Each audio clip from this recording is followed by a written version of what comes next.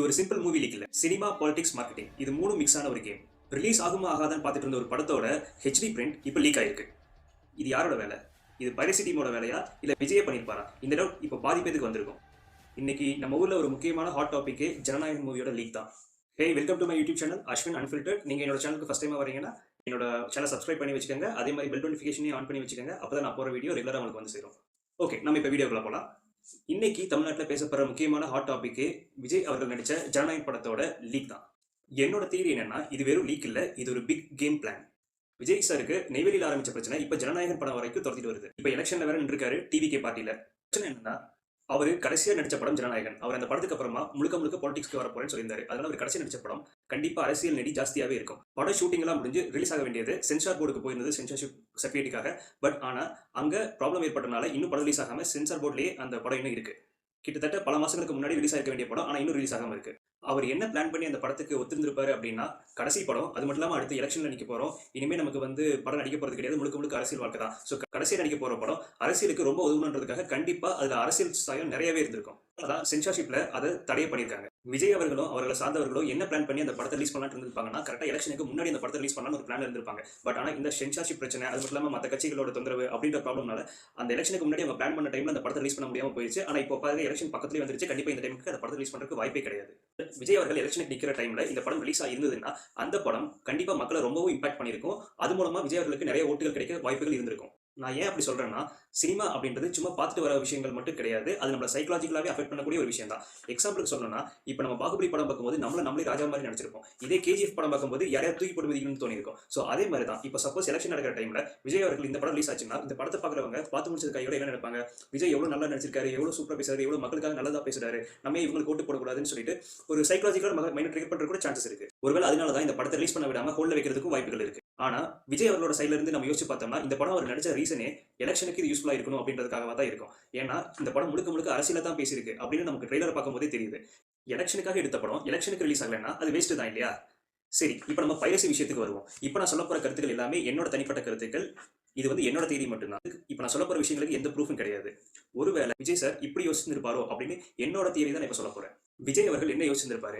நான் ஒரு உச்சக்கட்ட நடிகர், நான் இப்போ எலெக்ஷன் நிக்க போறேன், நான் எலெக்ஷன்ல வெற்றி பெறதுக்கு இந்த படம் எனக்கு உதவியா இருக்கணும் அப்படின்னு நினைச்சதா அவர் எலெக்ஷனுக்கு முன்னாடி இந்த படத்தை ரிலீஸ் பண்ணணும்னு நினைச்சிருப்பாரு.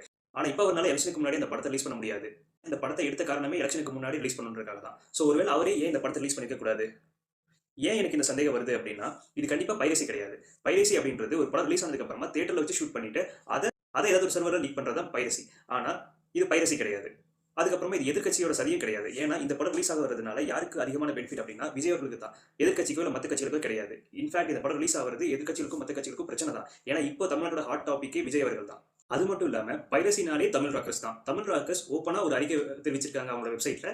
இந்த மாதிரி நாங்க வந்து படத்தை வந்து தியேட்டர்ல ரிலீஸ் ஆனதுக்கு அப்புறம் தான் நாங்க வந்து இந்த பைரசியை காப்பி எடுத்து நாங்க வந்து எங்க சர்வர்ல போடுமே தவிர இந்த மாதிரி ரிலீஸ் ஆகாத படத்தை நாங்க பண்ண மாட்டோம், இது வந்து எங்க ரூல்ஸ்லேயே கிடையாது அப்படின்னு சொல்லிட்டு ஓப்பனா அவங்களோட வெப்சைட்ல அறிவிச்சிருக்காங்க. ஸோ இது கண்டிப்பா பைரசியும் கிடையாது. என்னவா இருக்கலாம்? மேபி இது விஜய் அவர்களோட அரசியல் ராஜதந்திரமா கூட இருக்கலாம்.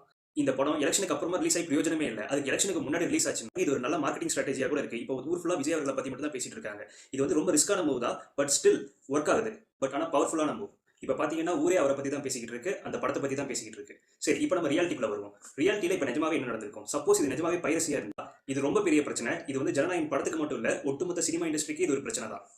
ஏன் சொல்றேன்னா, ப்ரொடியூசர் காசு போட்டு டைரக்டர் படம் எடுத்து அது ஹீரோ ஹீரோயின்லாம் நடிச்சு இவ்வளவு கஷ்டப்பட்டு இந்த ரிலீஸ் பண்ற ஒரு படத்தை ஈஸியா பைரசி மூலமா மக்களுக்கு ஃப்ரீயா கொடுத்துறாங்க. இதனால பணம் போற ப்ரொடியூசர் என்ன நினைப்பாரு? எவ்வளவு கஷ்டப்பட்டு பணத்தை போட்டு படத்தை எடுத்தாலுமே எப்படி யாராவது ஒருத்தங்க அதை ஃப்ரீயா ரிலீஸ் பண்ணி விட்டுருவாங்க, இதுக்கு நான் ஏன் கஷ்டப்படணும்னு நிறைய ப்ரொடியூசர்கள் அடுத்து படத்தை எடுக்க வரதுக்கு யோசிக்க ஆரம்பிச்சிருவாங்க.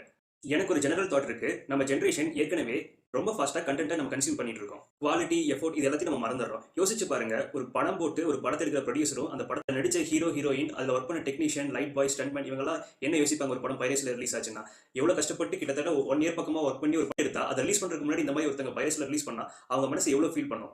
கஷ்டப்பட்டு எடுத்த கண்டென்ட்டை நம்ம ஃப்ரீயா பார்த்துட்டு போயிடுறோம். நமக்கு வேணா அது என்டர்டைன்மெண்டா இருக்கலாம், ஆனா அவங்கள பொறுத்த வரைக்கும் அது ஒரு பெரிய லாஸா தான் இருக்கும். சிம்பிளா சொல்லணும்னா இது ஒரு ஆளோட சாப்பாட்டை புடுங்குற கதை தான்.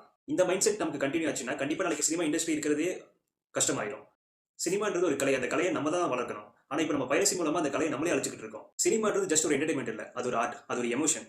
உண்மையா சொல்லுங்க, எத்தனை பேர் இப்போ பைரசில ரிலீஸ் ஆன அந்த படத்தை பார்த்திருப்பீங்க? விஜய் ஃபேனா இருந்தாலும் இல்ல நார்மல் ஃபேனாவே இருந்தாலும் பைரசியை நம்ம சப்போர்ட் பண்ணவே கூடாது. எலெக்ஷன் முடிஞ்ச அந்த படம் வந்ததுக்கு அப்புறமா நம்ம அந்த படத்தை தியேட்டர்ல போய் செலிப்ரேட் பண்ணணும். அதுதான் நம்ம விஜய் அவர்களுக்கு கொடுக்குற பெரிய ரெஸ்பெக்ட். ஏன்னா அந்த படத்தோட டைரக்டர் அவரோட பர்சனல் பேஜ்ல என்ன போட்டிருக்காருன்னா, இது நான் கஷ்டப்பட்டு உழைச்ச படம்.